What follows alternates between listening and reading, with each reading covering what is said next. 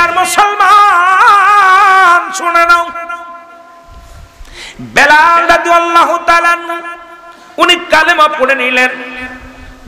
কালেমার মালা যখন পড়লেন, বকরিগুলো বেলালের দিকে তাকায় আছে।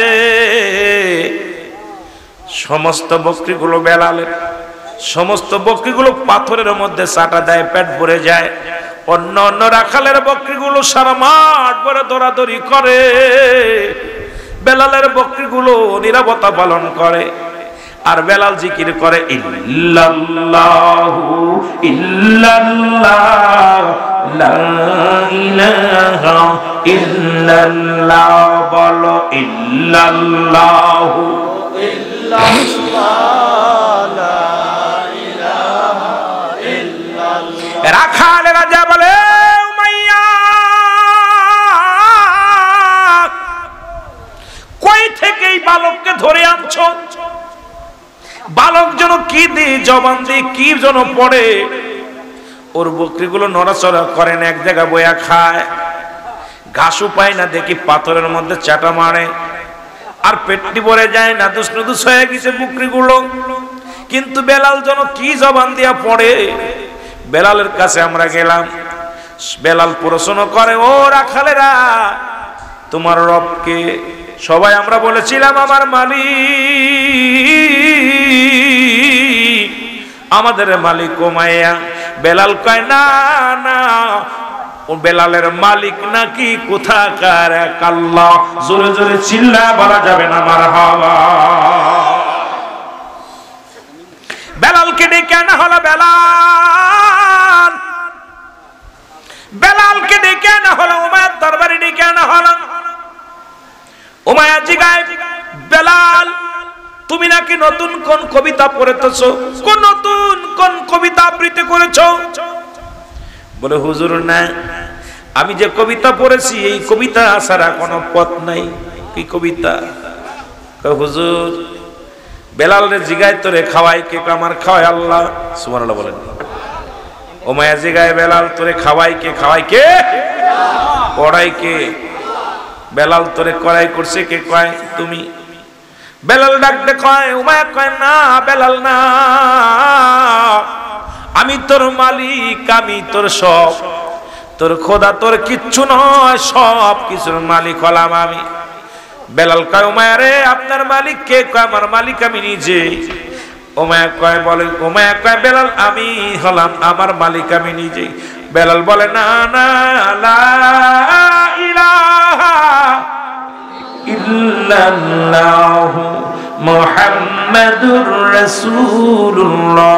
জোরে জোরে চিল্লায় বলা যাবে না সাল্লাল্লাহু আলাইহি ওয়াসাল্লাম। জোরে জোরে চিল্লায় একবার বলেন আল্লাহু আকবার। হযরত বেলাল রাদিয়াল্লাহু তাআলা আনহু কালেমার জন্য পাগল হয়ে গেলেন। উমাইয়া কয়, ছেড়ে দাও ছেড়ে দাও, এটা যদি না ছাড়ো আজ থেকে খাবার বন্ধ। বেলালের খাবার বন্ধ হয়ে গেল। বেলাল বলে, কালেমা পড়ার কারণে যদি খাবার বন্ধ হয়ে যায়, এই পৃথিবীর মধ্যে খানার প্রয়োজন নাই। খানা বন্ধ হয়ে গেল, কিন্তু জবান দিয়ে আরো জোরে জোরে কালেমা পড়ে। দেখেছিলাম মিয়ানমারের মধ্যে 500 কোরআনের পাখি। আজকে এখানে আপনাদের এফজোখানার অনেক ছাত্র ভাইয়েরা আছে, ওই 500 কোরআনের পাখিকে বুকের মধ্যে কোরআনটা চেপে ধরেছে, বুকের মধ্যেই ভাবে চেপে ধরেছে। এই বাজান মুসলমান সুসির ওই সেলা সৈন্য বেঈমানের দলেরা ডাকতে বলতেছিল, এ মুসলমান শোনো, তোমরা কোরআন ছেড়ে দাও, যদি জীবন দিবা নাকি কোরআন দিবা? ছোট ছোট কোরআনের পাখিগুলো বলেছিল, এই জীবন দিলে জীবন পাবো, কোরআন দিলে কোরআন পাবো না। এই কোরআনের ইজ্জত, কোরআনের মান বাঁচাইতে আমরা জীবন দিতে রাজি। ওই মিয়ানমারের 500 কোরআনের পাখিকে গুলি করে মারা হলো, কোরআন বুকের মধ্যে চেপে ধরে আছে। একটা চিৎকার মেরে পাখিগুলো বলেছিল আল্লাহু আকবার। জোরে জোরে চিল্লায় বলা যাবে না মারহাবা। ও মুসলমান দাঁড়াও দেখি, সাথে নিয়ে যাও কোরআন খানি, বলো ও মুসলমান দাঁড়াও দেখি, সাথে নিয়ে যাও কোরআন খানি, বলো সাথে নিয়ে যাও। ঘোর বিপদে অন্ধকারে, ঘোর বিপদে অন্ধকারে কুরআনি হবে তোমার আলোর বাতি। ও মুসলমান দাঁড়াও দেখি, সাথে নিয়ে যাও কোরআন খানি, বলো সাথে নিয়ে। শুধু তাই নাই মুসলমান, কোথায় কয়েকটা রাষ্ট্রের মধ্যে ডাকলাম, তৎকালীন জামানায় যা হয়েছিল রাসূলের জামানায় দেখে দেখে কাফের বেঈমানেরা কোরআনের পাখিগুলো মেরে ফেলা শুরু করলো। যে কোরআন যদি না থাকে মানুষ সত্য পথ ভুলে যাবে, সঠিক পথ ভুলে যাবে।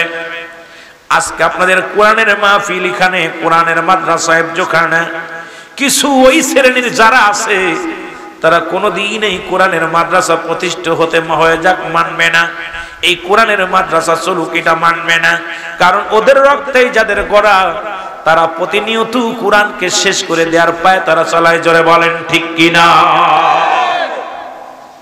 এ ভাইরা আমার, বন্ধুরা আমার, শুধু তাই নয়, অন্যান্য রাষ্ট্রের মধ্যে দেখেছি অসংখ্য কোরআনের পাখিগুলো তাদেরকে বন্দুকের নালের সামনে ধরে বলেছে ছেড়ে দাও, কোরআন ছেড়ে দাও, নাই জীবন দিয়ে দাও।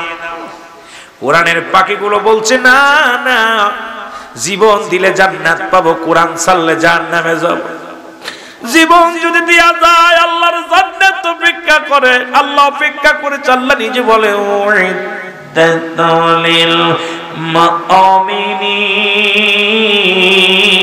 মুমিনিন, আল্লাহ কয় মুমিনদের জন্য, মুত্তাকিনদের জন্য প্রস্তুতি করে রাখছি জামিয়া আটটা জান্নাত। ওই জান্নাতি পাখিগুলো বলতেছিল আমরা জীবন দিয়া দেব, জীবন দিলে জান্নাত পাবো, কোরআন ছেড়ে দিলে জাহান্নামে যাব।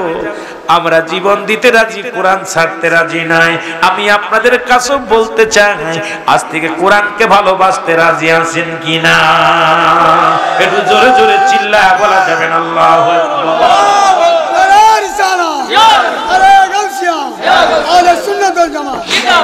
আমার মনের জল্পনা কল্পনা নবে যাব আমি সোনার মদিনায়, বলো যাব আমি সোনার মদিনায়, বলো যাব আমি সোনার মদিনায়। আমার মনের জল্পনা কল্পনা নবে যাব আমি সোনার মদিনায়, আরো জোরে বলেন যাব আমি সোনার মদিনায়। এর নবীজি কেউ ভালোবাসি, মনটা আমার অনেক খুশি।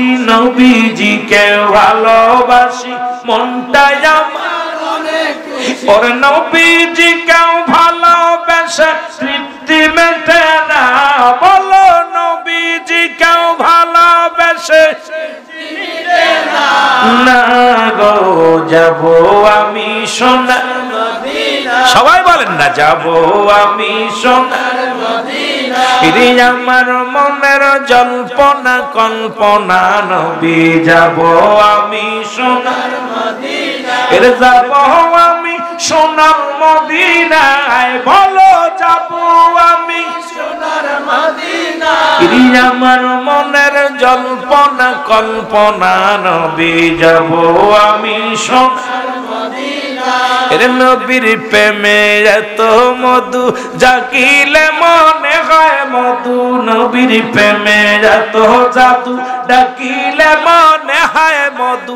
এই মধু কোথাও মেলে না, বলো এই মধু কোথাও মেলে না গো, যাব আমি সোনার মদিনায়। আরো জোরে বলেন, যাব আমি সোনার মদিনায়। আমার মনের জল্পনা কল্পনা নবী, যাব আমি সোনার মদিনায়। এর বাজিতপুর বাঁশির যত গোনা মাফ করে দাও মাবুদ মওলা। বাজিতপুর বাঁশির যত গোনা মাফ করে দাও মাবুদ মওলা। মাফ করে দাও নবীর ওসিলায়, বলো মাফ করে দাও নবীর ওসিলায়। লাই গো যাব মোরা সোনার মদিনা আরো জোরে বলেন যাব আমি সোনার মদিনা আমার মনের জল্পনা কল্পনা নবী যাব আমি সোনার মদিনা মারহাবা বলেন ভালো লাগে না ভালো লাগে এ দুনিয়ার মুসলমান কবির মনোযোগ কোরআনের কথা দিয়ে যদি আলোচনা করতাম আমরা তো অনেক মজা লাগতো আর মুসলমান বেলাল কয় এই পৃথিবীর সব কিছুর মালিক আমার আল্লাহ আপনার মালিকও আমার আল্লাহ আমার মালিকও আমার আল্লাহ মুসলমান উমায়া কয় না না এই পৃথিবীর সব কিছুর মালিক এই রাজ্যের মালিক আমি খানা বন্ধ বেলালের কালেমা বন্ধ করতে পারি নাই লোকজন কয় উমায়া রে বেলালের খানা বন্ধ করে দিছো কিন্তু কালেমা পড়া বন্ধ করতে পারো নাই আরো স্পিরিট বাড়ছে কয় বেলালকে ডাকা হলো বেলালকে আঘাত শুরু হয়ে গেল বেলালের হাতে পায়ে রশি দিয়ে বাঁধা হলো বেলালকে আক্রমণ শুরু করে দিল বেলাল কান্দে রে চোখের পানিগুলো ফেলায় ফেলায় কান্দে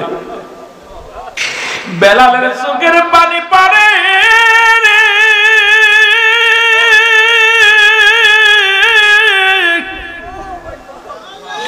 বেলাল জমিনের মধ্যে লুটাই কান্দার বলে আমার আল্লাহ এই জীবনের মালিক আপনি এই জীবনের সব কিছুর মালিক গো আপনি গো আমার আল্লাহ আল্লাহ জীবন দিয়া দিব তবু কালেমা ছাড়ব না বেলালকে এত আঘাতের পর আঘাত করে বেলাল কান্দে আর বলে কালেমার মালাটা পড়ছি আমি যত পারো যন্ত্রণা দাও গো তুমি বলো যত পারো যন্ত্রণা দাও আরো জোরে বলেন যত পারো যন্ত্রণা দাও আরো জোরে বলেন কালেমার মালাটা পড়ছি আমি যত পারো যন্ত্রণা দাও আরো জোরে বলেন না যত পারো যন্ত্রণা দাও গো তুমি এই মানি না হর যে মানি না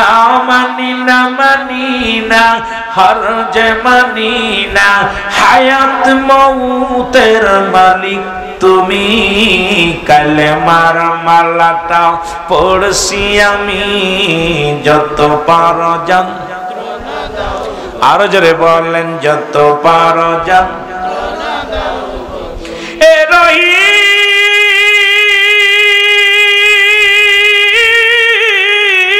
রহিম এ রহমান আমার জীবনের মালিক তুমি বলো আমার জীবনের মালিক তুমি আরো জোরে বলেন আমার জীবনের মালিক তুমি মালিককে আল্লাহ প্রধানমন্ত্রী এমপি সাহেব ও মুসলমান দাদা দাদি না চেয়ারম্যান মেম্বার আপনার আমার জীবনের মালিক বাবা মা জীবনের মালিক হলো আমার আল্লাহ বেলাল বলতেছে বেলাল কি বলে চোখের পানি ছেড়ে বলেন এই দুনিয়ার মানুষ শোনো সব কিছু ছাড়তে পারি কালেমা ছাড়তে পারি না কারণ আমার হায়াত মউতের মালিক হলো আমার আল্লাহ জয় বলেন ঠিক কি না এ রহিম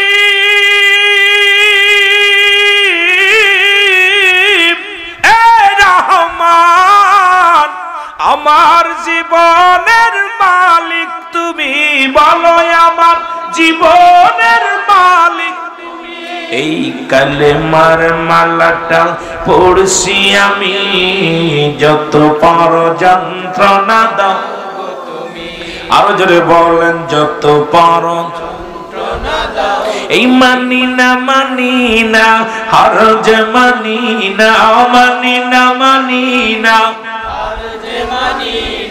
হায়াত মউতের মালিক তুমি কালেমার মালাটা পড়ছি আমি জবান দিয়া জোরে এই কালেমার মালাটা পড়ছি আমি, যত পারো যন্ত্রণা দাও গো তুমি, বলো যত পারো যন্ত্রণা দাও গো তুমি। মানি না হার যে মানি না, মানি না হার যে মানি না, হায়াত মৌতের মালিক তুমি, কালেমার মালাটা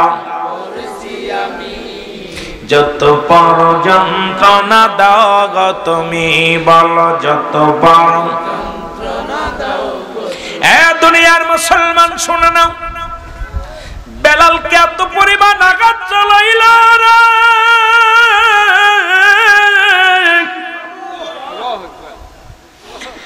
বেলালকে মেরে রক্তাক্ত করে ফেলল। বেলাল জমিনের মধ্যে পড়ে কান্দে,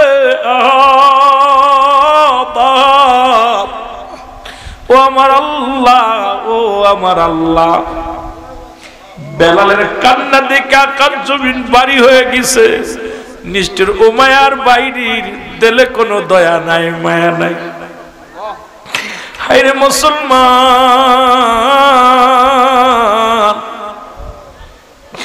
আজকে গোটা বিশ্বের বুকে মুসলমানের রক্ত নিয়ে খেলা করে। ও মুসলিমেরা, আজকে তোদের দিলে কি মায়া নাই?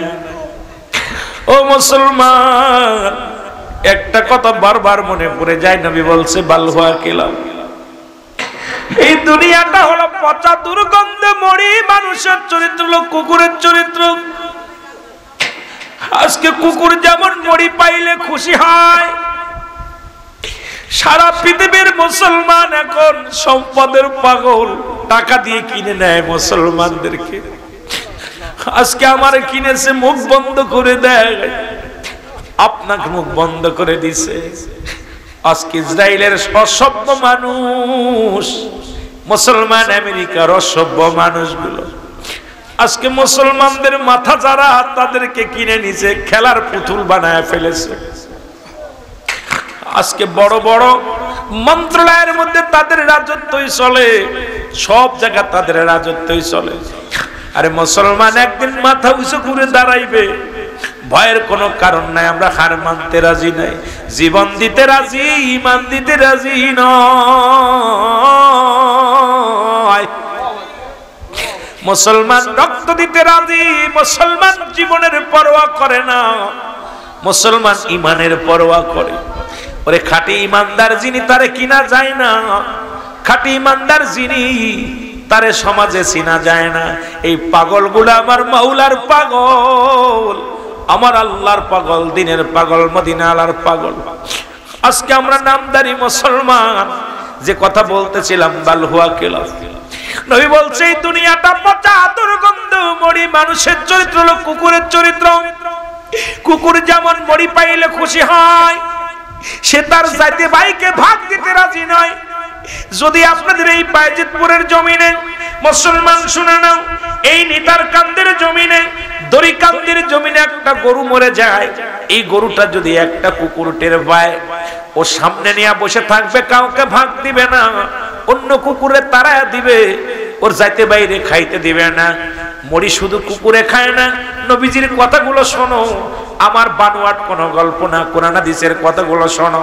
নবী বলছে শুধু মুসলমান শোনো, মরি শুধু কুকুরে খায় না, মরি খায় অন্যান্য প্রাণীরা খায়। যেমন কাক একটা সংগঠিত প্রাণী, কাক যদি শুনতে পায় দরিকান্দের জমিনে একটা মরি পড়ছে, ওই কাক সমস্ত কাককে খবর দেয়। যত বায়েজিদপুরের কাকগুলো আছে একত্রিত হইয়া, কেউ লেজ খায়, কেউ পেট খায়, কেউ চোখ খায়, কেউ মাথা খায়। কাকের চক্ষু লজ্জা আছে, কুকুরের চক্ষু লজ্জা নাই। আরে মুসলমান, তোদের পায়ে ধরে বলে যায়, কে কোন দল করি দেখার সময় নাই, কে সরমনাই, কে আত্মসী, কে সারসিনা, কে জামাত ইসলাম, কে তাবলিগ, আমার দেখার সময় নাই। আরে মুসলমানদের ঐক্যর স্বার্থে, মদিনা আনার জন্য, কোরআনের স্বার্থে তোরা এক হয়ে যা, এক হয়ে যাও। আজকে মুসলমান এক হয়ে যাও। ওই মুসলিম জাতি যদি কাকের মতো সংগঠিত হয়, পৃথিবীর বাতিল শক্তি চিরতরে পালায়া যাবে। জোরে বলেন ঠিক কিনা? নবী এমনি বলে যান নাই, মুসলিম জাতি যদি কাকের মতো সংগঠিত হতো, কে কোন দলের লোক? আমরা মুসলমান। আপনি করেন চরমোনায় দুঃখ নাই, করেন তাবলিগ দুঃখ নাই, করেন আমলিগ দুঃখ নাই, করেন বিএনপি দুঃখ নাই, করেন আটপশি দুঃখ নাই, সাদা করেন। কিন্তু বৃহত্তম স্বার্থে কোরআনের পক্ষে, হাদিসের পক্ষে যখন ঐক্যবদ্ধ হয়ে এক ময়দানে নামবো, চিরতরে বাতিলেরা থরথর করে কেঁপে ময়দান থেকে পালাবে। যেন বলেন ঠিক কিনা? কিন্তু আমাদের অবস্থা চিন্তা করি, ওর জামাত ইসলাম করে বসাইছে বসাক, ও আমলিগ করে বসা, ও বিএনপি করে বসা, ও চরমোনায় বসা, ও আটপশি বসা। কিন্তু একজন আর একজনের এই কুকুরের স্বভাব, নবীজি বলছে কুকুরের স্বভাব পরিত্যাগ করতে হবে। মুসলিম সমাজ তোমাদের ঐক্যবদ্ধ হতে হবে, কাকের মতো সংগঠিত হতে হবে। কষ্ট পাচ্ছেন আপনারা? কষ্ট পাচ্ছেন? আজকে দাড়ি নিয়ে, মারামারি নিয়ে ইহুদি খ্রিস্টানরা দেখে, কেউ বলছে ফাড়া পাঞ্জাবি, কেউ কয় গোল পাঞ্জাবি, কেউ বলতেছে আপনার ওই লম্বা টুপি, কেউ বলতে সোহ টুপি, কেউ কয় 7.5 হাত পাগড়ি, কেউ কয় 14 হাত পাগড়ি, কেউ কয় মিসাক কর, কেউ কয় বিরাস কর, কেউ কয় লম্বা দাড়ি বানা, কেউ কয় খাটো দাড়ি বানা। আমরা দিক দাড়ি টুপি নিয়ে মারামারি শুরু করছি, এদিকে ইহুদি খ্রিস্টান নেসারারা মুসলমানদের রক্ত নিয়ে খেলা করে। জোরে বলেন ঠিক কিনা? আরো জোরে বলেন ঠিক কিনা? হয়তো আমার কথায় অনেকে কষ্ট পাইতে পারে। আমি কারোর বিপক্ষে কথা বলি না, কারোর পক্ষে কথা বলি না। যদি তাতে কেউ বেঁধে যায়, কষ্ট পায়, কিচ্ছু যায় আসে না। কে কষ্ট পেল আর কে পেল না, আমার কিচ্ছু আসে যায় না। আমাদের বৃহত্তম স্বার্থে, মুসলমানদের ঐক্যবদ্ধতে, কোরআন হাদিসের সম্মান ইজ্জত বাঁচানোর জন্য আমাদের ঐক্যবদ্ধের বিকল্প নাই। জোরে বলেন ঠিক কিনা? আরো জোরে বলেন ঠিক কিনা? ঐক্যবদ্ধ হইতে রাজি আছেন? আরো জোরে বলেন রাজি আছেন? বাবা, মুসলমান বেশি হওয়া লাগবে না। ওই 313 জন বদর প্রান্তের ওই সাহাবীদের দরকার। এই আপনাদের বাইজিদপুরে লক্ষ মুসলমানের দরকার নাই, এর ভিতর থেকে ওই 313 জনের দরকার। এ মুসলমান, বদর প্রান্তরে 313 জন সৈন্য ছিল, ওদিকে 1000 সৈন্য ছিল। ওই 313 জনের তাকবীর, 313 জনের ঈমানি শক্তি দেখে 1000 বেঈমান পালিয়ে গিয়েছিল। বাইজিদপুরের জমিনে ওই 313 জনকে পাইলে ইনশাআল্লাহ চিরতরে বাতিলেরা পালিয়ে যাবে। জোরে বলেন ঠিক কিনা? সেই 300 উতারে মাটিতেও খায় না, জমেও সই না, নবীর প্রেমিক যে জনা। জোরে বলেন মারহাবা। হাদিসের ঘোষণা, ওলিগণ মরে না, কানার দল হাদিস কুরআন পড়ে না। কামেল পীর যে জনে মর নাই জগতে, দেখো না কুরআন হাদিস ঘাটিয়া তারে, মাটিতেও খায় না, জমেও সই না, নবীর প্রেমিক যে জনা। জোরে বলুন মারহাবা। আমার বন্ধুগণ, গভীর মনোযোগ দিকে আপনি পিছে চলে যাই। বেলাল কাঁধে পেয়ে রশি দিয়ে বাঁধা হলো, তার গায়ের মধ্যে চাবুকের মারা হলো। বেলাল উত্তপ্ত রোদের মধ্যে, পাথরের মধ্যে পায়ের মধ্যে রশি লাগাইয়া ঘোড়ার পিছে বাঁধিয়া টানা হলো। বেলালের জবান দিয়া শুধু বাইর হয় লা ইলাহা ইল্লাল্লাহু মুহাম্মাদুর রাসূলুল্লাহ। জোরে জোরে চিল্লায়া বলেন সাল্লাল্লাহু আলাইহি ওয়াসাল্লাম। তার হাতে পায়ে বেঁধে উত্তপ্ত গরম বালুর উপরে রেখে দেয়া হলো, বুকের উপরে পাথর চাপা দেয়া হলো। কিন্তু বেলালের জবান থেকে কালেমা সরাতে পারে নাই, শুধু ইল্লাল্লাহু আহাদ আহাদ শব্দ উচ্চারণ করতে লাগলেন। এ মুসলমান গভীর মনোযোগ, এ মুসলমান গভীর মনোযোগ। এত যন্ত্রণা, এত লাঞ্ছনা, এত কষ্ট দিয়া পর কালেমা বলে নাই। বেলালের পায়ে হাতে পায়ে শিকল বেঁধে পাথর বুকের উপরে দিয়া উত্তপ্ত রোদের উপরে পাথর চাপা দিয়া ফেলে রাখা হলো।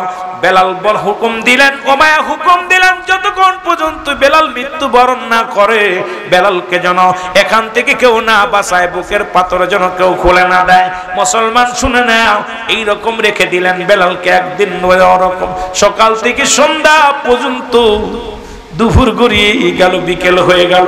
ওই পাশে খবর পাইলেন হযরতে মুসলমান শুনেন আবু বকর সিদ্দিক রাদিয়াল্লাহু তাআলা আনহু, উনি খবর শুনতে পাইলেন এই জমিনের মধ্যে একজন নবীর প্রেমিক কালেমা পড়ার উপরে তাকে এত নির্মম ভাবে আঘাত করা হয়েছে। উনি খবর পায়া চলে আসলেন। এ মুসলমান শুনে নেন, লম্বা আলোচনা আমি আর আগাবো না, যেহেতু 12:30 বেজে গেছে, আর একটু না আমি ঢাকাতে যাব, অনেক দূরে যাব, এই জন্য বেশি আপনাদের কষ্ট দিতে চাই না, কথাগুলো বলে যায়। মুসলমান শুনে নেন, এবার হযরত আবু বকর সিদ্দিক রাদিয়াল্লাহু তাআলা আনহু তাকে কড়াই করলেন, কড়াই করিয়ে রাসূলুল্লাহর দরবারে নিয়ে গেলেন। আমার নবীজির কদমের মধ্যে হযরত বেলাল পড়েন, নবীজি জড়ায়া ধরে, নবীজিও কান্দে, বেলালও কান্দে। বেলাল বলে, ইয়া রাসূলুল্লাহ, ইয়া হাবিবাল্লাহ, আমার জীবন ধন্য, আমার জীবন ধন্য, কারণ আমি আদারু কষ্টের মধ্যে নবী গো, যখন আমি কালেমা পড়েছি, যখন আমি ঈমানটা তাজা রেখেছি, তখন আমি দুনিয়ার কোনো দুঃখ, কোনো কষ্ট আমার মনে হয় নাই। নবী গো, আপনার কদম মুবারক সুমানোর সঙ্গে সঙ্গে দুনিয়ার সব দুঃখ ভুলে গেছি। আমার নবী কয়, বেলাল রে, তুই আমার কদমের মধ্যে তোরে রেখে দিলাম, যতদিন ইচ্ছা ততদিন পর্যন্ত আমার কদমের মধ্যে থাক। নবীজির কদমের মধ্যে বেলালের জায়গা হয়ে গেল। জোরে জোরে চিল্লায় বলা যাবে না মারহাবা। আল্লাহ তাআলা আপনাকে আমাকে রিয়াজুল জান্নাহ বেহেশতের বাগানে আসার মতো, বসার মতো সুযোগ দান করল। এই সময় কত মানুষ জেলখানায়, কত মানুষ হাসপাতালে, কত মানুষ মৃত্যু শয্যায় সজ্জিত। আমার আল্লাহ তাআলা মৃত্যু দেয় না, এই রিয়াজুল জান্নাহ বেহেশতের বাগানে বসার মতো, আসার মতো সুযোগ দান করলো।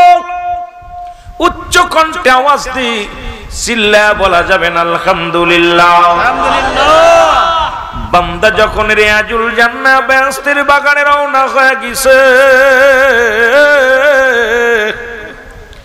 বাড়ি থেকে নিয়ত করেছে আজকের মাহফিলে যাব, আজকের ওই আহলে সুন্নাত ওয়াল জামাতের মাহফিলে, আজকে নিতার কান্দি জমিনের মধ্যে আমরা যাব, আজকে আমরা দড়ি কান্দির জমিনে জান্নাতের বাগানে বসবো।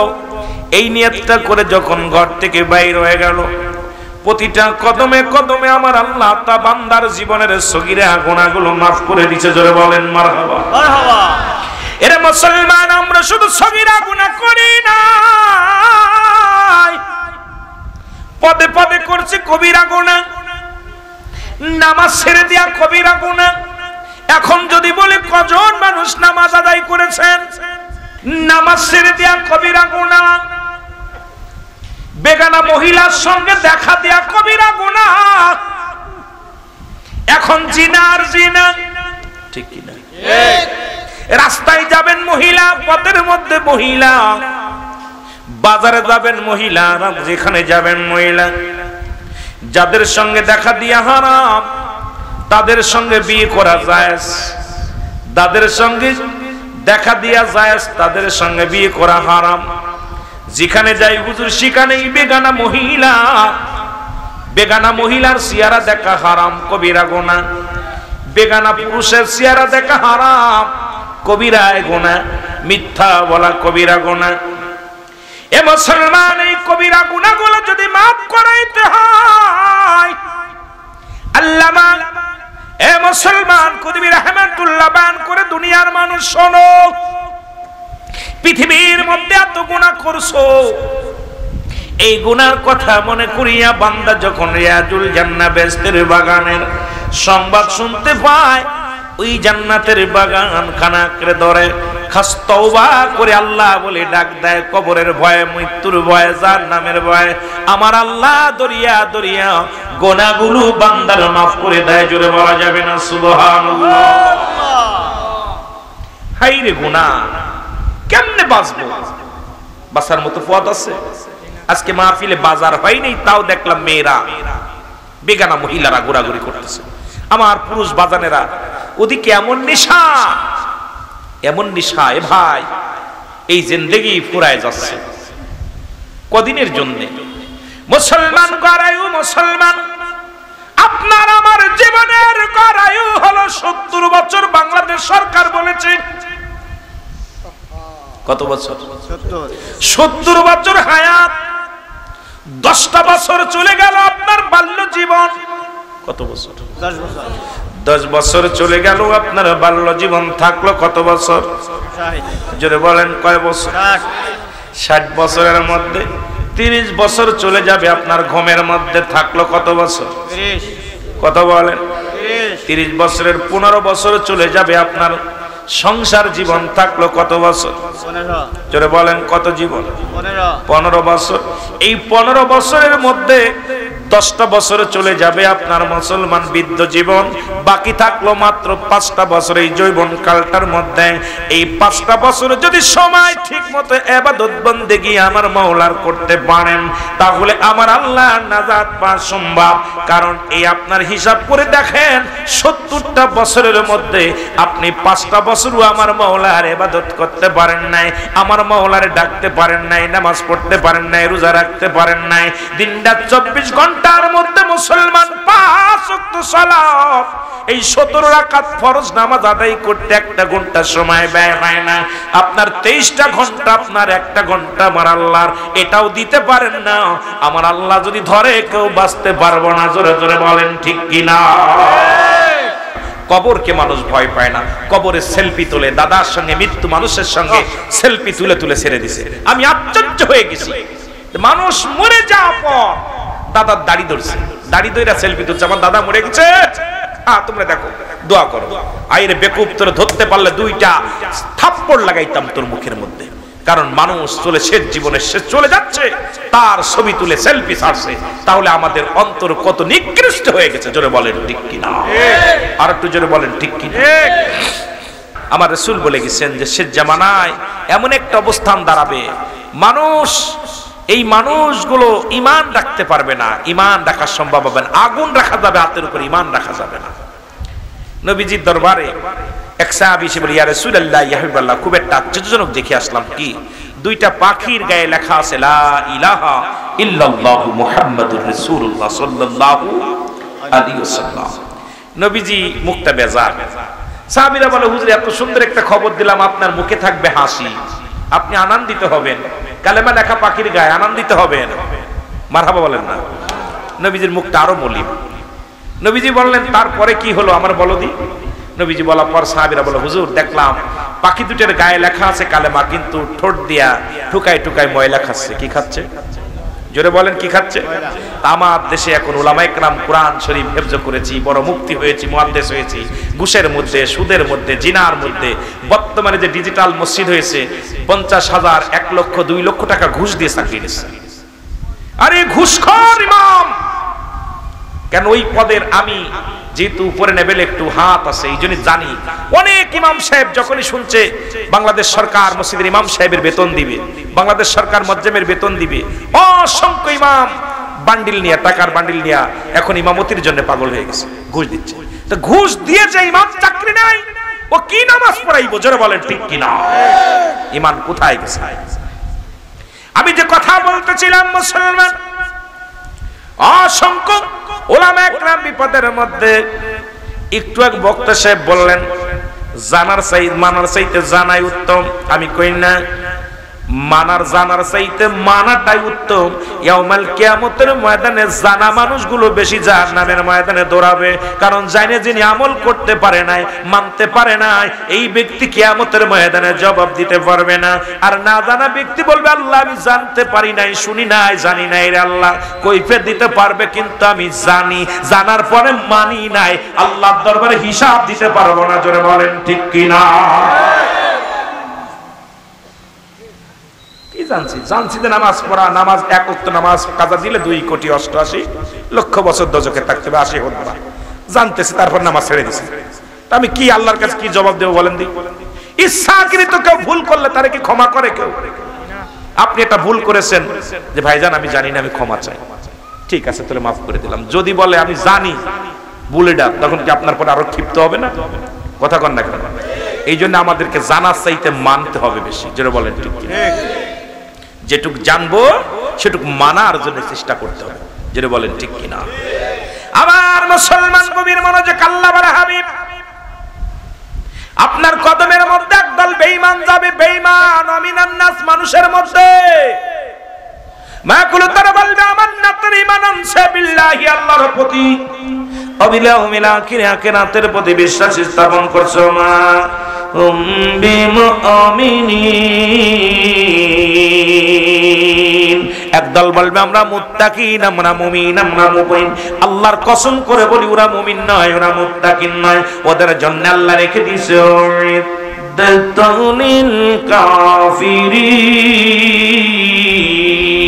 ওই কাফের বেঈমান মুনাফিকদের জন্য প্রস্তুতি করে রাখছে আমার আল্লাহ 7টা জাহান্নাম। জোরে জোরে বলেন ঠিক কিনা? জান যত পারি জান, মানতেছিস না ঠেলা বুঝবি। রাসূলের কদমে একদল বেঈমান যেত, দাড়িওয়ালা, টুপিওয়ালা, পাগড়িওয়ালা। আল্লাহ বলে হাবিব, নাস শব্দের অর্থ কি? মানুষ। নাস শব্দের অর্থ কি? মানুষগুলো আপনার কদমের মধ্যে যাবে, কিন্তু তারা বলবে আপনাকে দেখে যে হুজুর আপনাকে আমরা মানি, ঈমান আনছি আপনার প্রতি, কবরের প্রতি ঈমান আনছি, কিয়ামতের প্রতি বিশ্বাস স্থাপন করছি। যখনই রাসূলের সামনে থেকে সরে যাবে তখনই তারা বরবাদ হয়ে যাবে। তারা ওগুলো ধোঁকা দিতে গিয়েছে। আল্লাহ বলে হাবিব, ওই সমস্ত মানুষগুলো, সেই সমস্ত মানুষগুলো বিপদের মধ্যে পড়ে যাবে। জোরে বলেন ঠিক কিনা? আরো জোরে বলেন ঠিক কিনা? ইয়া নবী মুহাম্মদ সাল্লাল্লাহু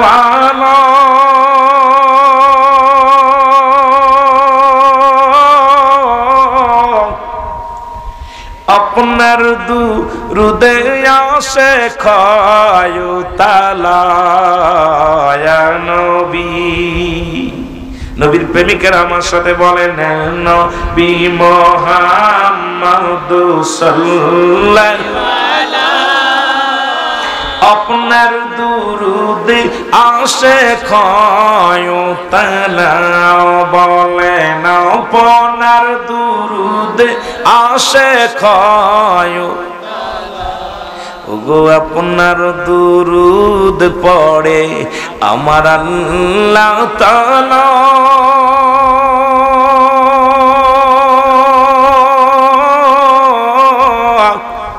আপনার দুরুদ পড়ে ফেরেশতারা ইয়া নবী। দলিল কারণ ইন্নানি চিন্নাল্লাহ, আমি আল্লাহ। ইউসাল্লু নবী পড়ে চালান নবী আমার নবীর উপরে ইয়া আইয়ুহান্নাযিনা আমানু ঈমানদার বিশ্বাসীরা সাল্লু আলাইহি ওয়া সাল্লিমু তাসলিমা। দুরুদ ও সালাম পাঠ করুক কার উপরে? আমার নবীর উপরে। একটা কায়দা হলো তাসলিমান, তাকে দিছে পড়ার জন্য, আর একটা হলো তাজিমান, সম্মানের সঙ্গে। জোরে জোরে চিল্লায় বলে মারহাবা। ইয়া নবী মুহাম্মদ সাল্লাল্লাহু আপনার দুরুদে আসে খায়ু তালা বলেন আপনার দুরুদে আসে খায়ু আপনার দুরুদ পড়ে আমার আল্লাহ তাআলা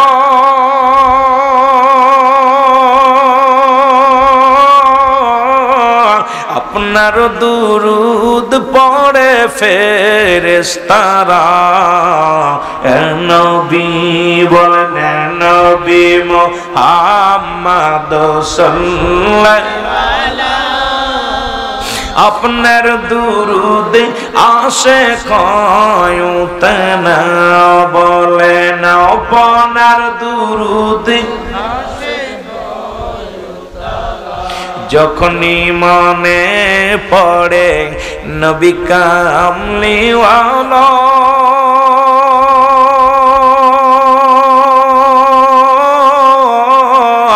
দুরুদ বানায় আসে গলার মালা নবী। মারহাবা বলা যাবে না? আশিক যখন নবীর প্রেমে পড়ে যায় মজা লাগে কি লাগে না? আশিক যত নবীর দুরূদ পড়ে মজা লাগে, আশিক যত নবীর শান শুনে তত মজা লাগে, আশিক যত নবীর গুণগান শুনে ততই মজা লাগে। বেঈমানদের কলিজার মধ্যে আঘাত লাগে। জোরে বলেন ঠিক কিনা?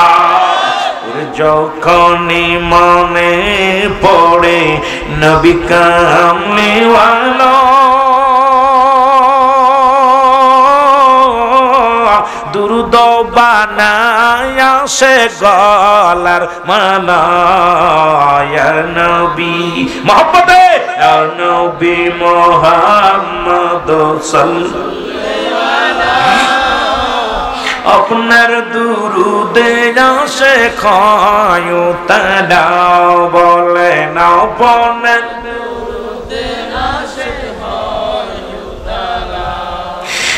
কাঙ্গালের এই মিনতি শোন মদিনাওয়ালা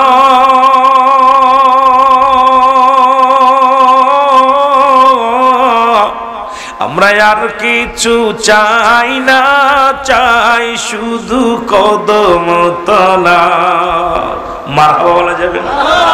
এই বাইজতপুর বাসীর এই মিনতি, এই কিশোরগঞ্জ জেলাবাসীর এই মিনতি, শোনো মদিনাওয়ালা আমরা আর কিছু চাই না, চাই শুধু কদম তলা। ইয়া নবী বলো, ইয়া নবী মুহাম্মদ তোমারি দুরুদে আসে ক্ষয়তালা বলো তোমারি এ দুনিয়ার মুসলমান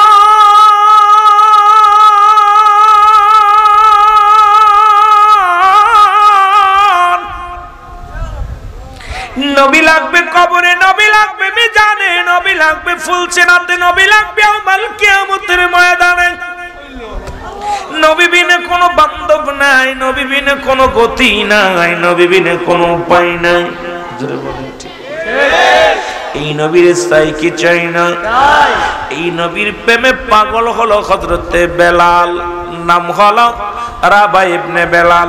এই রাবার একমাত্র কলিজার টুকরা সন্তান হযরত বেলাল রাদিয়াল্লাহু তাআলা আনহু। উনি গবেষণার মধ্যে পড়ে গেলেন। বেলাল ডাকতে বলে, আল্লাহ এই জমিনের মালিক কে রে? আসমান বানাইলো কে? এই জমিন বানাইলো কে? সূর্য উদয় করে কে, ডুবাই কে? এই সব কিছুর মালিক কে? আমি বেলালকে জানতে হইব। জোরে জোরে চিল্লায়া বলা যাবে না মারহাবা?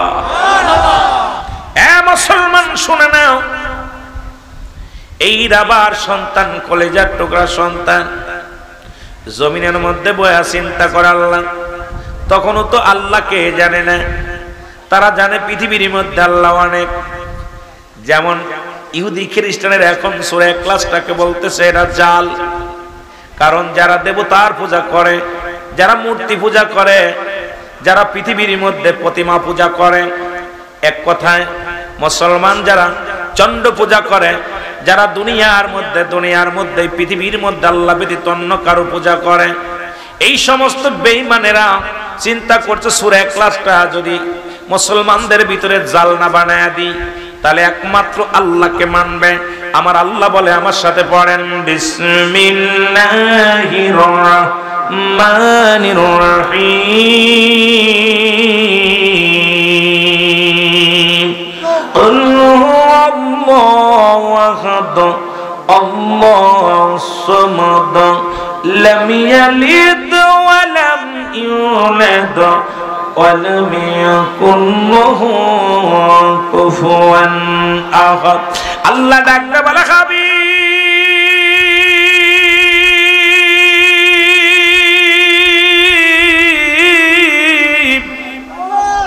আপনি জানা দেন আমি আল্লাহ এক।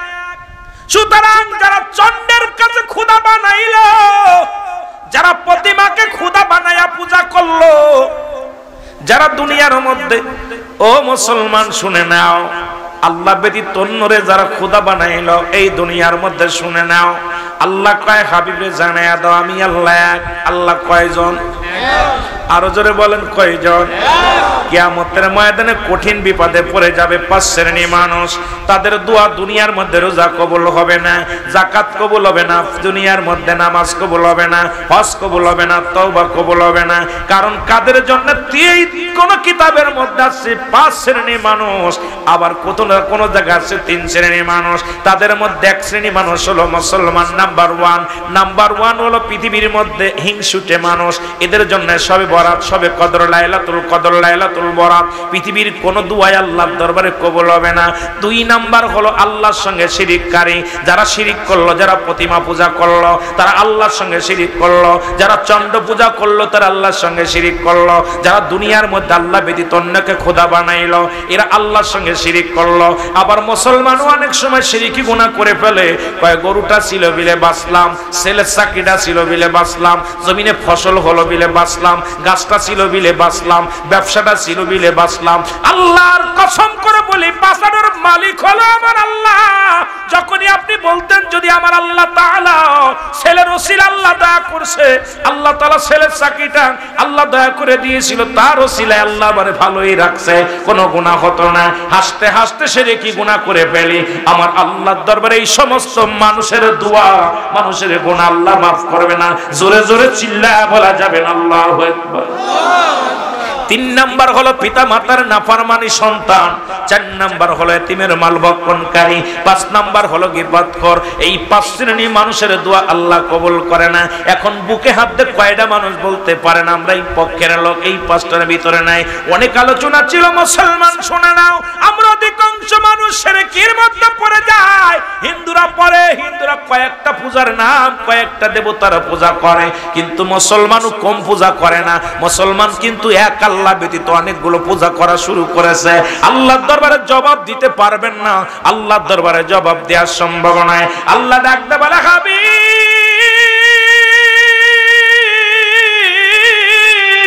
আপনি ওদের জানাতেন আপনি এক, আপনার কোনো দ্বিতীয় নাই।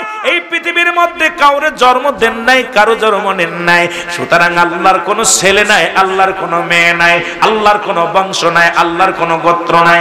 আল্লাহ আসমান জমিনের মধ্যে আমার সমতুল্য, আমার সমকক্ষ আর কেউ নাই।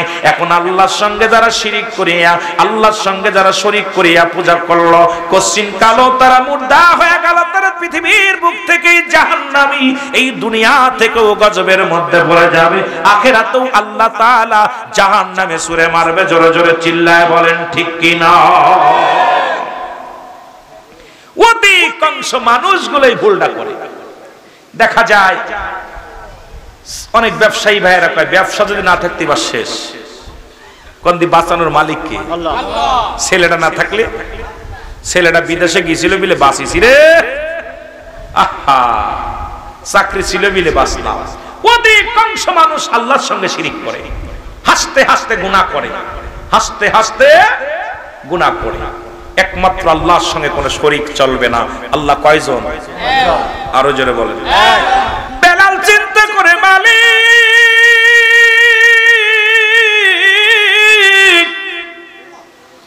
সূর্য ডাইকে বিনা খুঁটিতে তো বড় আসমান তারে রাখছ, সব কিছু তুমি আল্লাহ কে গো? সে আল্লাহ কে? সে কে? আল্লাহ। গবেষণা করে কে যেন ডাকতে বলে, বেলাল তুমি জানো না সে আর কেউ নাই, তোমার খোদা, তোমার রব।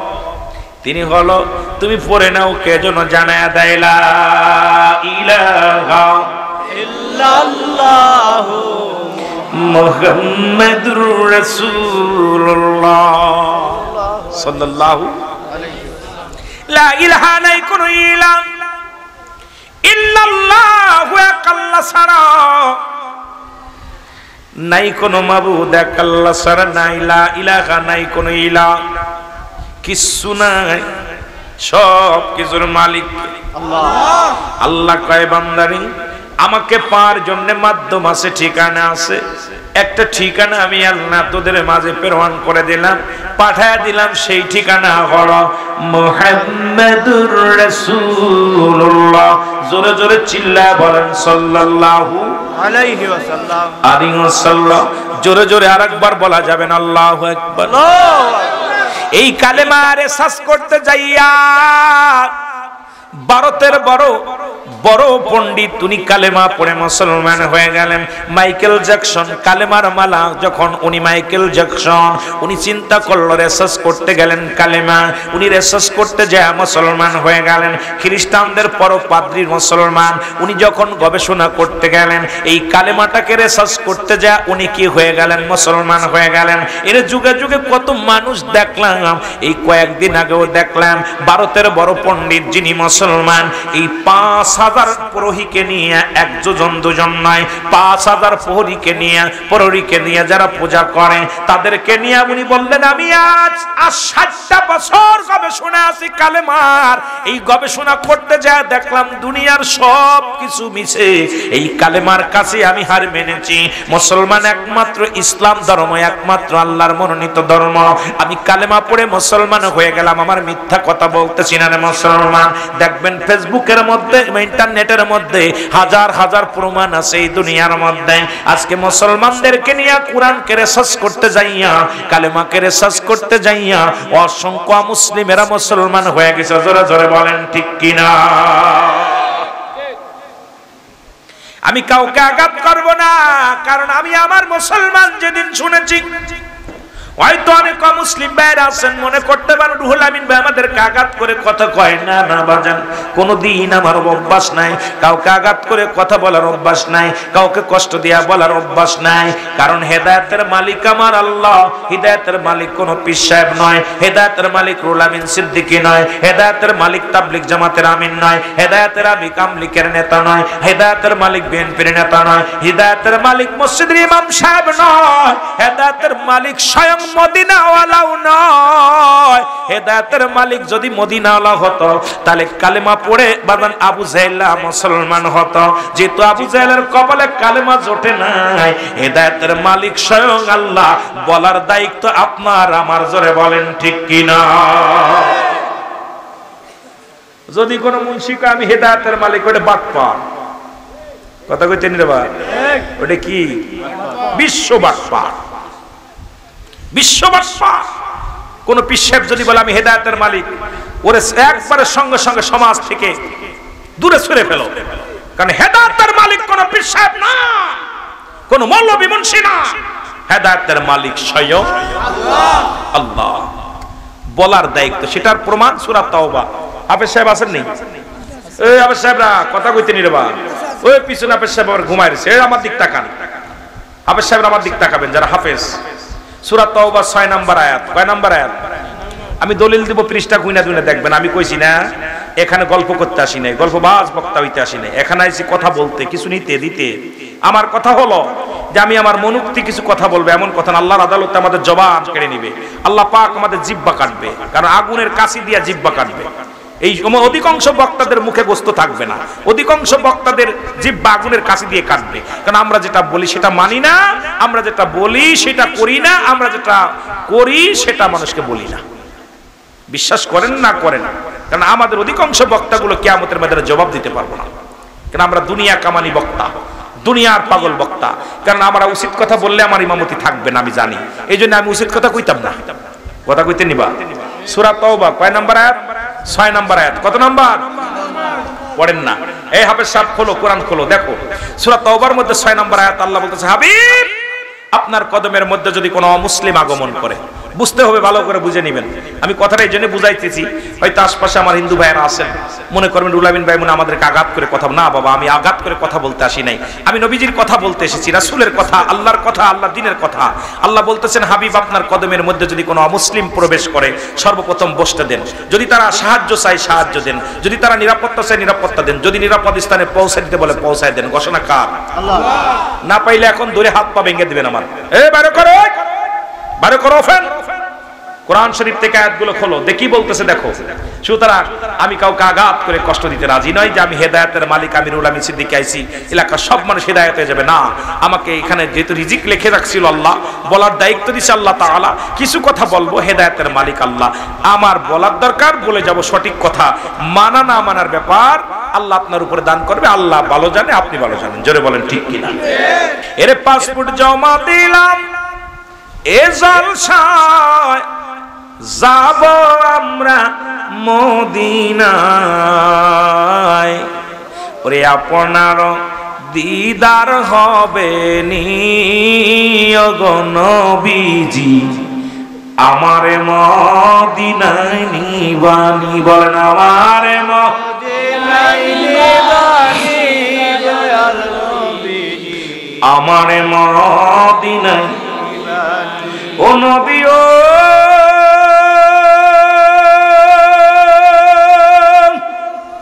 এই নেতার কান্দের আশিকান কান্দিয়া হইলাম হয়রান কবে পাবো দিদার আপনার ওগো থাকতে যদি নাহি পায় মইরা গেলে হবে কি উপায় দিদার দিবেন স্বপ্নে আমারি ওগো নবীজি আপনারি দিদার পাবনি বলেন আপনার দিদার পাবনি দয়াল নবীজি ওমা আরসালনাকা ইল্লা রাহমাতাল লিল আলামিন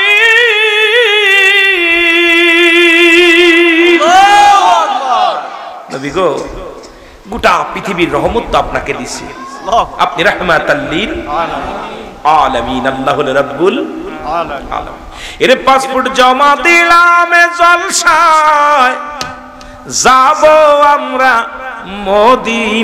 মদিনায় একবার আপনার দিদার পাবনি ওগো নবীজি আমারে মদিনায় এ মদিনার পাগলেরা জোরে বলেন আমারে মদিনায় নিবানি দয়াল নবীজি আমার মদিনায় নিবানি এর বনের যত পশুগণ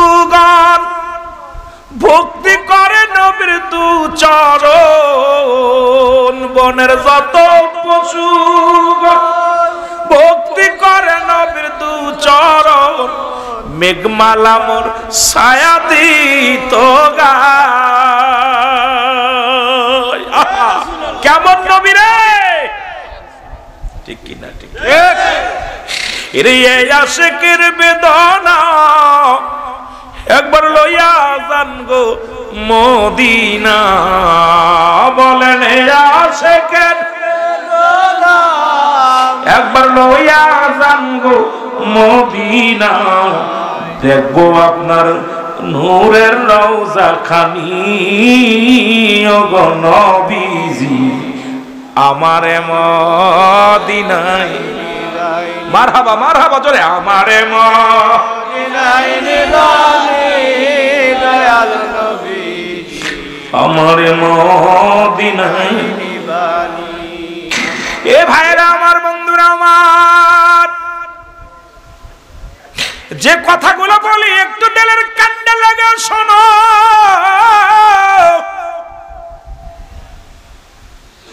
বেলাল বাড়ি যায় ডাকতে বলে আমার আব্বা জান আমি আপনার কাছে কিছু প্রশ্ন করব আমি জানতে চাই ছোট্ট বেলাল ডাক দেখে আমার আব্বা জান এই পৃথিবীটা কে বানাইছে এই জমিনটা কে বানাইছে বেলাল বাবা কয় না রে বাবা না আমাদের যিনি নেতা উনি বানাইছে কে বানাইছে রে বাবা কাবাব আব্বা আমারে বানাইছে কয় আমি বাবারে তোমারে বানাইছে কে কয় আমারে বানাইছে তোর দাদাই তোর দাদারে বানাইছে কে তোর দাদারে বানাইছে তার দাদায় তার দাদারে বানাইছে কে কয় তার দাদায় তার দাদারে বানাইছে কে দাদায় দাদায় দাদায় দাদায় চলে যায় বেলাল কয় বাবা গো তোমার কথা আমি বুঝি না কিছু দা বাবা গো এই আসমান জমিনের মালিক আপনার মালিক আমার মালিক মনে একজন আছে এরে মুসলমান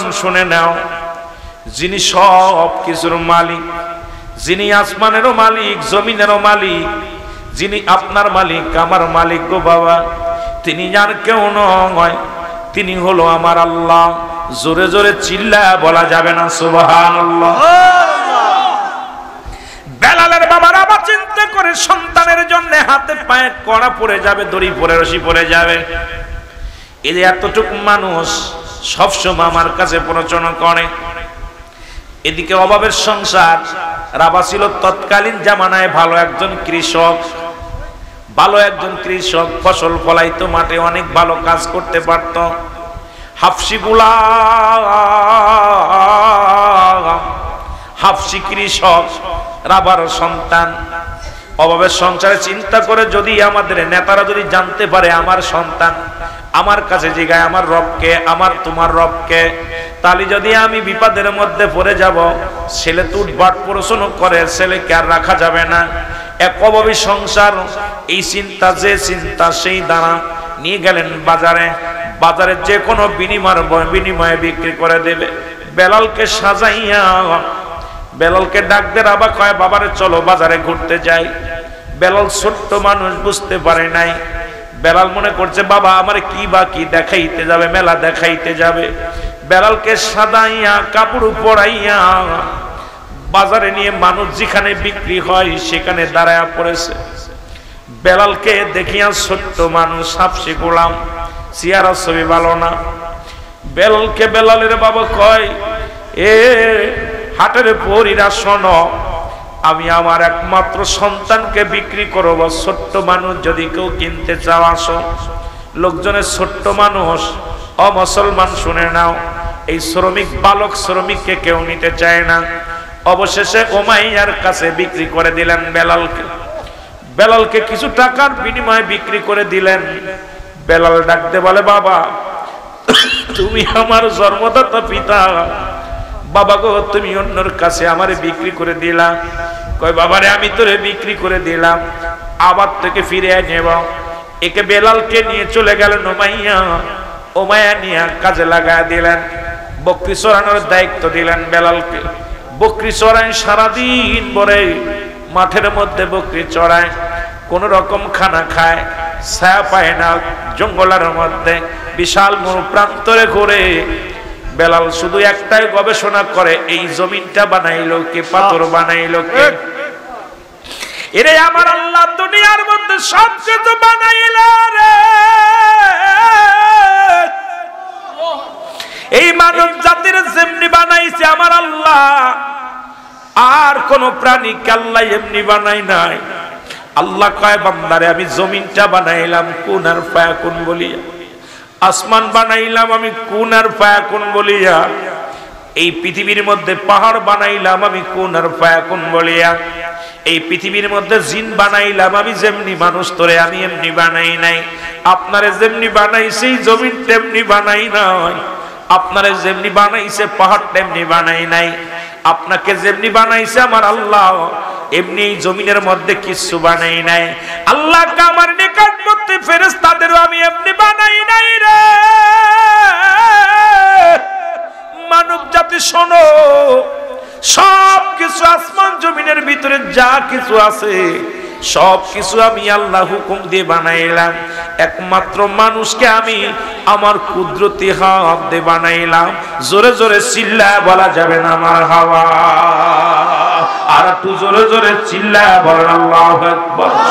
চার রঙের মশলা দিয়া কে কইরাছে তোর গঠন, চার রঙের মশলা দিয়া, বলেন চার রঙের মশলা দিয়া কে কইরাছে তোর গঠন, চার রঙের মশলা দিয়া।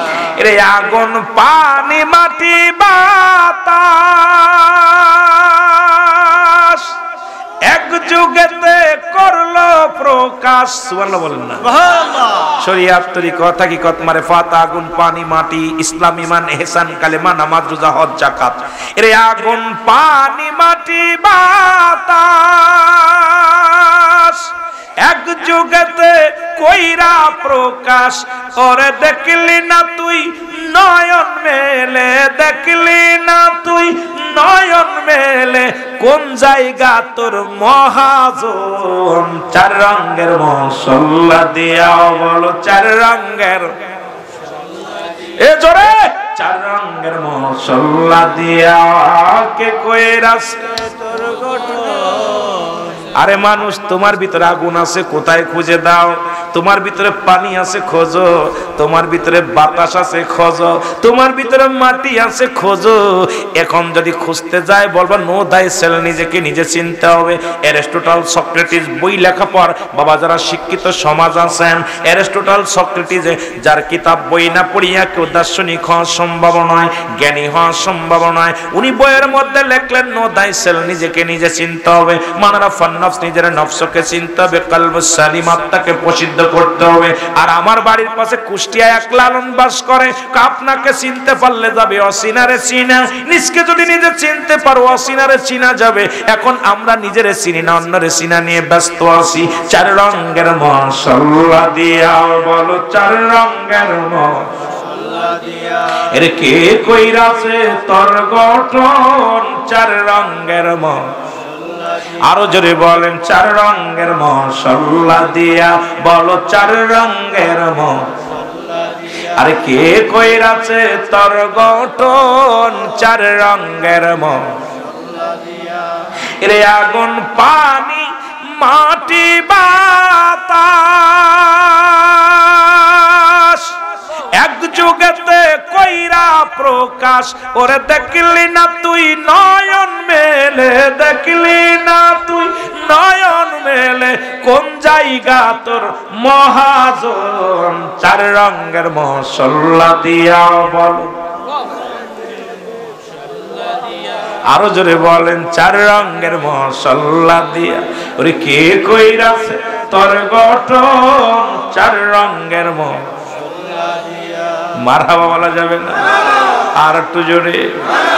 এটার পরে রিসার্চ করো মানুষ, দুনিয়ার লোভ লালসা দূর হয়ে যাবে। এটার পরে গবেষণা করো মানুষ, তোমার জীবনের আমিত্ব দূর হয়ে যাবে। এটার পরে গবেষণা করো মানুষ, তোমার ভিতর থেকে অহংকার দূর হয়ে যাবে। এটা নিয়ে রিসার্চ করো মানুষ, তোমার ভিতরে মানবতা চলে আসবে। এটা নিয়ে রিসার্চ করো মানুষ, তুমি জাহান্নাম থেকে বাঁচতে পারবে। এটা নিয়ে রিসার্চ করো মানুষ, এই দুনিয়ার শ্রেষ্ঠ মানুষ হইতে পারবে। জোরে বলেন ঠিক কি? আর একটু জোরে বলেন, আর একটু জোরে। কষ্ট হয়? আওয়াজ জোরে দিকে মনে হয় ক্ষুধা লাগছে, ক্ষুধা লাগছে, লাগছে। কারণ তারপরে তো খাবারের ব্যবস্থা নাই। কর্তৃপক্ষকে বলবো, পঞ্চম বার্ষিক মাহফিলে, বাৎসরিক মাহফিলে দয়া করে ভাইদের কিছু খাবারের ব্যবস্থা করবেন। জোরে কোয়া যাবেন আল্লাহু আকবার। কোরআনকে তিনটা ভাগ করছে, আমি প্রায় মাহফিলে বলি। কয়টা ভাগ করছে? তিনটা ভাগ। শুনবেন? কয়টা ভাগ? জোরে বলেন। এক ভাগ নেছে তাবলিগ জামাত, যারা তাবলিগ করে, দেখবেন খালি আমলের ওয়াজ করে। উনি ময়দানে আসে, এত নেকি, এত সব, এত খালি নেকির ওয়াজ। আর এক ভাগ নিছে জামাত ইসলাম, দেখবেন রক্ত গরমালা ওয়াজ, যত রক্ত গরমালা ওয়াজ আছে এই ওয়াজগুলো উন্নয়ন আছে। খালি ময়দানে এসে এমন ওয়াজ করবে, যারা শ্রোতা থাকে সব স্পিরিট বেড়ে যায়। আর একটা ভাগ নিছে পীর মুরিদি যারা করে, পীর সাহেবরা, কত হাজার মুরিদ, ও যে আমার মুরিদ হলো 15,000, ও কয় 20,000, ও কয় 40,000। ওরা ওই খালি পীর মুরিদি, যাতে কত হাজার মুরিদ বাড়ছে এই ওয়াজ নিয়ে ব্যস্ত আছে। যদি ওরা কড়া ওয়াজ করে, হকের ওয়াজ করে, মুরিদ কমে যাবে। যদি মুরিদের কয় বিড়ি খাস নে, তাহলে আর মুরিদ আসবে না। যদি কয় মুরিদরে তুই দাড়ি ছাসবি না, তাহলে আর মুরিদ হবে না। যদি কয় মুরিদরে নারী পুরুষ এক জায়গায় যাওয়া যাবে না, ও কয় যে পীর সাহেবের বাড়ি আর যাওয়া যাবে না। কথা কয় না কেন? কথা কয় না কেন? কথা কয় না কেন? কারণ এই তিনটা ভাগ তিনজন নেছে। এই তিনটাকে পরিপূর্ণ একত্রিত করে যদি কোন ব্যক্তি পরিপূর্ণভাবে মানতে পারে, বুঝতে পারে, এটাই হলো ঈমানদার। জোরে বলেন ঠিক কিনা? আপনি কিছু মানবেন, কিছু মানবেন না। কোরআনের কিছু আয়াত মানবেন, কিছু মানবেন না। আমি তিনটা ভাগ করে দিই, দেখেন এই তিনটা ভাগের উপরে দেখবেন রিসার্চ করে। যারা পীর সাহেব, উন্ডা ওই যেটা মুরিদ বাড়ে, যেটা সেই কথা বলে সেই ওয়াজ খালি করে। মুরিদ কোন কাজ করলে বাড়বে? কিন্তু মুরিদকে কি আপনি পীরের খাসলাতে খাসলাত ধরতে হবে। এখন আপনার মুরিদ যখন যিনি মুরিদ হবে, তাকে আগে পীরের খাসলাত ধরতে হবে। পীর যদি তাহাজ্জুদের নামাজ পড়ে, আপনাকে পড়তে হবে। পীরের দাড়ি আছে, টুপি আছে, আপনার থাকা লাগবে। পীরে এখন অধিকাংশ জায়গায় পীরও বিড়ি খায়, মুরিদও বিড়ি খায়, আছে না? কথা কন না? আল্লাহর হস্তে কবনে নাম কবনে, আমিও পীর মুরিদি করি। কিন্তু এমন এমন পীর আছে আপনাদের আশপাশের জেলায়, এই পীর সাহেবরা বিড়ি প্যাকেট বকশিস দেয়। একদিন ওয়াজে গেছি, হুজুরির পাশে বসে আছে, এখন বেনসন সিগারেট মনে 30-35 প্যাকেট, মুরিদ খালি আয়া বেনসন প্যাকেট হাতের মধ্যে, আর হুজুর খালি সুমা দেয় হাতের মধ্যে, কাম সারছে। তখন আমি বইয়ে একটা গজল গাইছিলাম, আপনারা সবাই মনে শুনছেন, যে কবরে আগুন পাবি বিড়ি পাবি না, খারে জন্মের খাওয়া যত খাবি খা, কবরে তাই আগুন পাবি বিড়ি পাবি না। ফেরেশতারা খায় না ঘুষ, থাকিবে না তোর যে হুশ, আগুন দিবে কবরে তোর জান মারিবে ধরে, সারা পাবি না কবরে তাই আগুন পাবি বিড়ি পাবি না। পীর সাহেব দি মনটা বেজার, কথা বুঝেননি? রাগ করেন আপনারা? রাগ করেন? আমি কি হাসা কথা কইছি না খারাপ কথা কইছি? কবরে আগুন পাওয়া যাবে, বিড়ি পাওয়া যাবে। এরা কামেল নয়। কামেল পীর চিনার জন্য একজন পীর সাহেবের ভিতরে 9টা গুণাগুণ থাকবে। এই 9টা গুণের একটা গুণ যদি তার ভিতরে না থাকে, সে নাকেস। ওর দ্বারা দুনিয়াতেও কামিয়াব হবেন না, আখিরাতেও কামিয়াব হবেন না। 9টা গুণের একটা গুণ যদি তার ভিতরে না থাকে। এখন কামেল চিনার জন্য আপনার এই দুনিয়ার মধ্যে ঘুরতে হবে, বিচারণ করতে হবে কোনটা কামেল পীর কোনটা নাকেস পীর। আমার দেশে এখন যেভাবে নাকেস পীর বাড়ছে, এর দ্বারা আমাদের সাধারণ পাবলিককে বিভ্রান্তি করতেছে। জোরে কোন ঠিক কিনা? আর এই সমস্ত পীরের দরবারে ওই যে মানুষ কয় আমরা মাজার পূজা করি, আসলে পূজা করি না, মাজার জিয়ারত করি। কিন্তু ওরা করে আপনার দুর্গা পূজা, আমরা করি দরগা পূজা। ঠিক কিনা? ঠিক কিনা? এগুলোর জন্য আমাদের দুর্নাম হচ্ছে, এগুলোর জন্য আমাদের দুর্নাম হচ্ছে। প্রকৃত আহলে সুন্নাত ওয়াল জামাত যারা করে, রাসূলুল্লাহ সৈনিক যারা, এরা কখনো ওই সমস্ত হারাম কাজে লিপ্ত হতে পারে। যারা বলে ঠিক কিনা? নামাজ নাই, রোজা নাই, দেখা যায় চিন্তা করে যার নাজাত পেয়ে যাবো। না বাবা, আমি অনুরোধ করবো, এই জন্য আপনাদেরকে বলবো আমাদেরকে কামেল পীর চিনতে হবে। আর কামেল পীর চিনে এখন যদি আমি বৈশিষ্ট্যগুলো বলি, অনেকে কষ্ট পাবেন। কামেল পীরের বৈশিষ্ট্যগুলো বললে আপনারা কষ্ট পাবেন। যদি আমার কাছ থেকে একটু ফোনের মাধ্যমে না হলে একটু জেনে নিন। আমি কামেল পীরের বৈশিষ্ট্যগুলো একদিন বলবো। মাঝে মাঝে চিন্তা করি, একবার এক মাহফিলে বলার পর পীর সাহেব হুজুর আমার বলল, হুজুর আপনি আমার পেটে লাথি মেরে থুয়ে গেলেন। ভাই আমি আপনার পেটে লাথি মারলাম কেন? এই জন্য এইগুলো আমাদের বৈশিষ্ট্য চিনার দরকার। এই জন্য আমাদের যুগে আমরা যখন খেলেছি পুতুল খেলা, তোমরা এখন সেই বয়সে লেখাপড়া করো মেলা। ঠিক কিনা? ঠিক কিনা? আমাদেরকে রিসার্চ করতে হবে, কিতাবাদি বেশি বেশি পড়তে হবে। কোরআন হাদিস বা কিয়াস এগুলো পড়লে আপনি যেটা জানেন আমি সেটা জানি না, আপনি যেটা জানেন আমি সেটা জানি না, আমি যেটা জানি আপনি সেটা জানেন না। জানার কোনো শেষ নাই, জানতে হবে, বুঝতে হবে। কিন্তু আপনি যদি বলেন যে সব এটা নাই ওটা নাই, হবে না। বুঝতে হবে, আগে কিতাব পড়তে হবে। প্রাইমারিতে একটা বিদ্যা, হাই স্কুলে একটা বিদ্যা, কলেজে একটা বিদ্যা। ওই ব্যঞ্জন বর্ণ স্বরবর্ণ দিয়ে ওই আপনার ওই 9টা আর হলো কটা, ওরা 19টা, কয়টা মোট 39টা হলো ইংরেজি অক্ষর, আরবি বাংলা অক্ষর। আর হলো আর ওদিক 49টা না কয়টা? কয়টা? 11টা। আর হলো আর ওটা কয়টা? 39টা। মোট কয়টা? 50টা অক্ষর। আর ওদিক হলো ইংরেজি হলো 26টা অক্ষর, আরবি হলো 29টা হরফ। এই দিয়া দেখেন, টির হলো মাথা কাটতে হবে, আর হলো ফুটা দিতে হবে। আর হচ্ছে আপনার আরবিতে কি ওই কিছু ফুটা দিতে হবে, কিছু উপরে নিচে দিতে হবে। কিন্তু বাংলাটা এত কঠিন, বাংলাদেশ সবচেয়ে কঠিন। আমার বাবারা দেখা যায় এই যে আমরা বিদ্যা অর্জন করেছি, এই হক্কর দিয়া একই হক্কর আপনার ওই ডিগ্রিতে চলতেছে, মাস্টার্সে চলতেছে, বিসিএসে চলতেছে, সব একই হক্কর। কিন্তু পড়ার ধারণ বদলে গেছে। জোরে বলেন ঠিক কিনা? কথা কন না কেন? ধারণ কমে গেছে না? এই জন্য আমাদেরকে সব বুঝতে হবে। প্রাইমারিতে যে বই পড়েছি ওই বইয়ের পড়ালেখায় কিন্তু উপরে যায় ওই রকম নাই। জোরে কোন ঠিক কিনা? হাই স্কুলে একরকম, কলেজে একরকম, বিশ্ববিদ্যালয়ে এরকম। এই জন্য আমাদেরকে পড়তে হবে। এই জন্য আমাদের যুগে আমরা যখন করেছি পুতুল খেলা, তোমরা এখন সেই বয়সে লেখাপড়া করো।